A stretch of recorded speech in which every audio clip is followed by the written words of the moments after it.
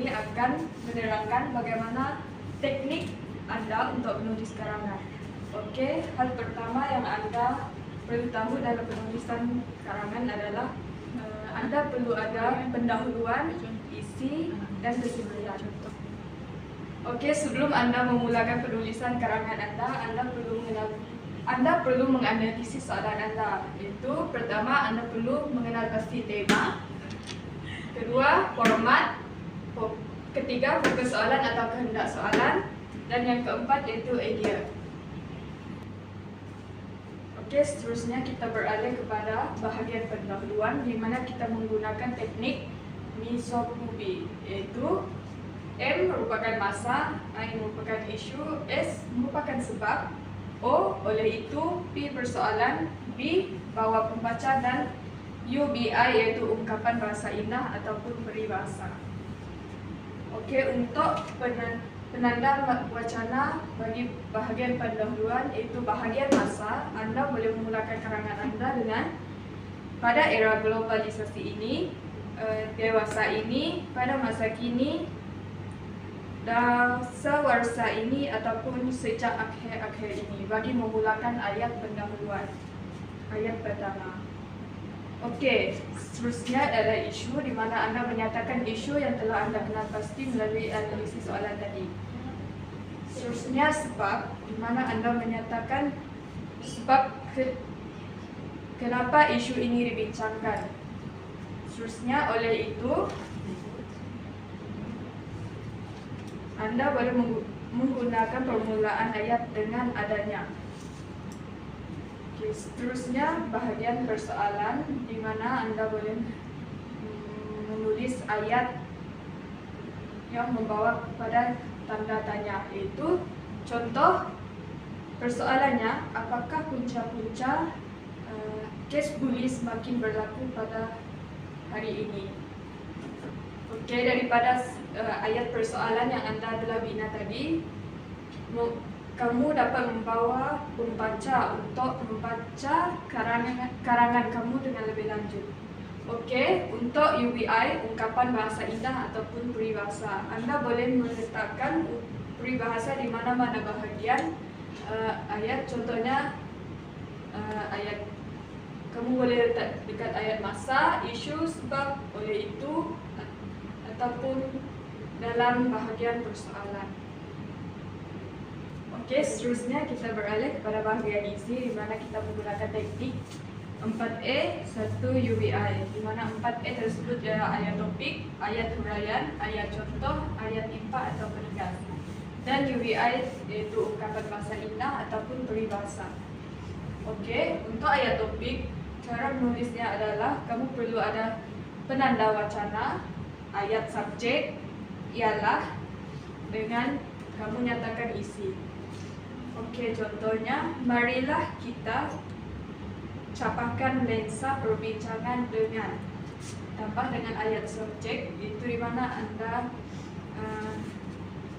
menyatakan punca, kesan, kebaikan atau akibat daripada topik yang kamu bincangkan. Seterusnya tambah dengan ialah, seterusnya tambah dengan kamu nyatakan isi pertama. Untuk seterusnya bahagian ayat huraian, di mana Anda menguraikan isi yang kamu nyatakan tadi. Seterusnya ayat contoh, kamu berikan contoh situasi, contoh daripada artikel-artikel berkaitan dengan isu yang kamu bincangkan. Seterusnya ayat impak ataupun ayat penegas, di mana ayat impak dan ayat penegas ini adalah kesimpulan kecil bagi isi pertama yang kamu nyatakan. Oke, untuk bahagian ayat huraian, Anda boleh tambahkan satu lagi huraian tambahan jika kamu ada idea lah. Oke, untuk bahagian ungkapan bahasa indah ataupun peribahasa, Anda boleh meletakkan di mana-mana peribahasa atau ungkapan tersebut di bahagian ayat yang bersesuaian. Oke, untuk bahagian penutup kita akan menggunakan teknik Vijasubi di mana P yaitu bahasa luar, di mana ada penanda wacana dan penegasan huraian. I merupakan isi, kamu katakan isi yang telah Anda tulis. Isi 1, 2 dan isi 3. C merupakan cadangan di mana Anda membawa pembaca ke arah yang positif ataupun Anda menulis harapan untuk isu yang Anda bincangkan. E yaitu agar, S merupakan supaya, UDI merupakan ungkapan bahasa indah ataupun peribahasa.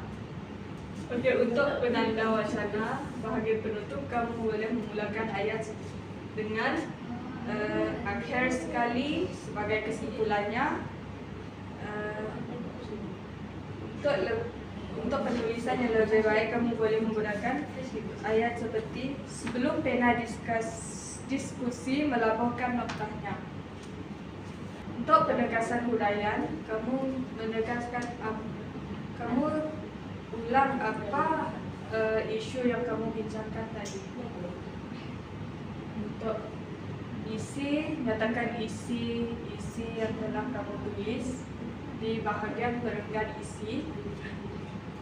C itu cadangan, bawa membaca ke arah positif atau harapan.